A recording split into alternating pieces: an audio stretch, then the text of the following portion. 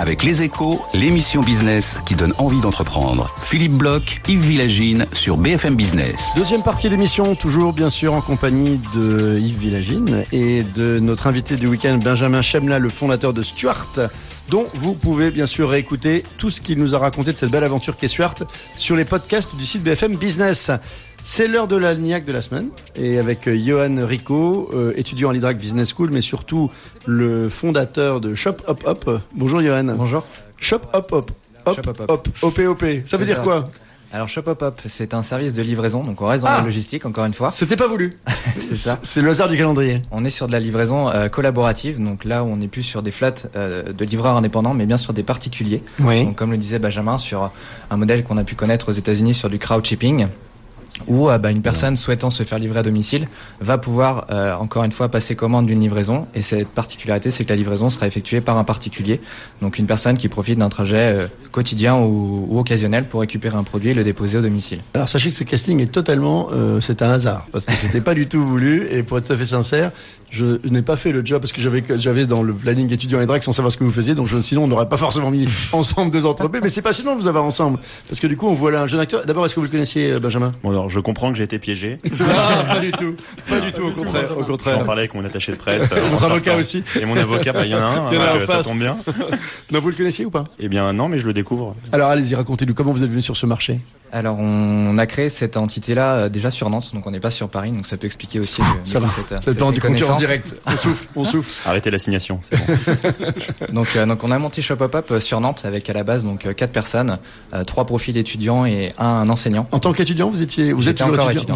Vous n'êtes plus, d'accord. Ouais, ok. J'ai terminé au mois d'août. Oui. Donc j'étais étudiant en 4e année quand j'ai créé ça avec Antoine qui lui était diplômé de l'EM Lyon, oui. avec Alexis qui est étudiant à Epitech et avec un de mes enseignants. Donc on a brainstormé pas mal de temps par rapport à nos modèles nous de consommation, par rapport à des expériences que chacun en avait pu avoir également. Donc Antoine, dans le cadre de 2 ans passés en Inde, où là-bas en Inde on se fait livrer vraiment tout et n'importe quoi à n'importe quelle heure.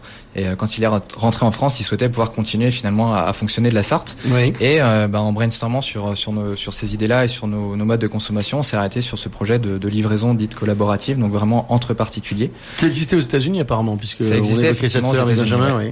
Et donc vous avez copié le modèle. Pourquoi à Nantes ? Parce que c'était votre base à l'origine ? On était basé à Nantes. Oui. Nous on était présents là-bas. Après il y a une vraie réceptivité également à cette économie collaborative sur le bassin nantais. Oui. Donc on s'est positionné là-bas et aujourd'hui on a le service est opérationnel sur Nantes, mais Depuis également combien de temps ? sur Rennes et Angers. Depuis combien de temps ? Alors depuis avril sur Nantes. Alors comment ça marche ? Qui s'inscrit ? Comment ça fonctionne ? Alors comment ça marche ? Quel est le modèle ? Imaginons que vous souhaitiez. Faites-moi le pitch en 1 minute là. Le pitch en 1 Je sais minute. pas si vous cherchez 20 millions ou 200 000 pour le moment, mais dites-nous. Alors, un petit peu moins que 20 millions, mais on cherche aussi. Oui. En gros, comment ça se passe ? Donc, imaginons que vous soyez client, je sais pas, d'une enseigne de distribution alimentaire. Ok. Vous avez vos habitudes de commande sur le drive. Mhm.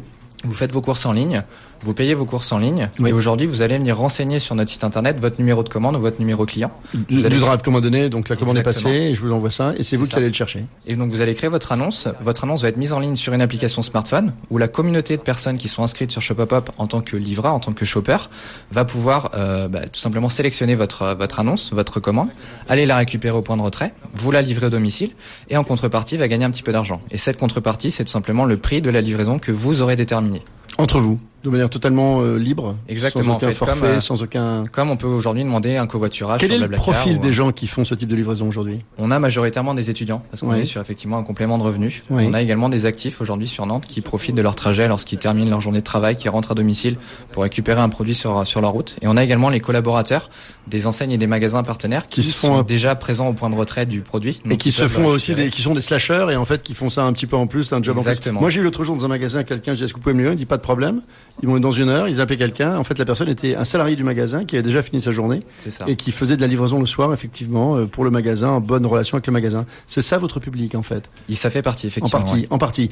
Et en fait il faut être quand même pas trop loin du lieu de pick-up et de la livraison parce que sinon ils perdent tout ce qu'ils veulent. C'est vous justement qui gérez avec votre technologie les... Le but du jeu, c'est effectivement d'optimiser des trajets quotidiens, des trajets occasionnels. On n'est pas sur une mission d'assigner un livreur pour une commande ou pour une livraison. On est vraiment de s'appuyer sur une communauté, sur une masse de flux et de permettre justement, grâce à cette masse de flux, de pouvoir effectuer un nombre X de livraisons sur une agglomération. C'est dingue ce qui se passe. Yves. Et vous, comment votre entreprise gagne son chiffre d'affaires ? C'est quoi votre modèle économique ? Parce qu'on comprend bien que la livraison, c'est géré entre les deux particuliers, mais vous ? On a un business model à 2 entrées. Donc on a une partie qui va être variable et qui va être liée justement au volume avec une commission sur chaque livraison. Et on a une seconde porte d'entrée qui va correspondre en fait à nos partenariats commerciaux sur un système d'abonnement au service par entité concernée par le service Shop Hop Hop. En clair, vous prenez un petit pourcentage sur la livraison, c'est-à-dire sur ce que paye le particulier qui se fait livrer, et ensuite vous avez des systèmes d'abonnement avec les magasins. Exactement. J'ai une question. Alors c'est peut-être bizarre comme scénario, mais j'ai envie de demander à Benjamin d'interroger Johan, parce que finalement, s'il y a une question pertinente à la poser, c'est vous qui pouvez la poser. C'est vous qui connaissez par cœur ce business. Donc vous connaissez maintenant votre modèle, vous en découvrez un qui est pas loin du vôtre. Si vous allez mieux faire votre boulot, le boulot que moi. Donc dites-moi, posez la question intelligente que j'ai oublié de poser.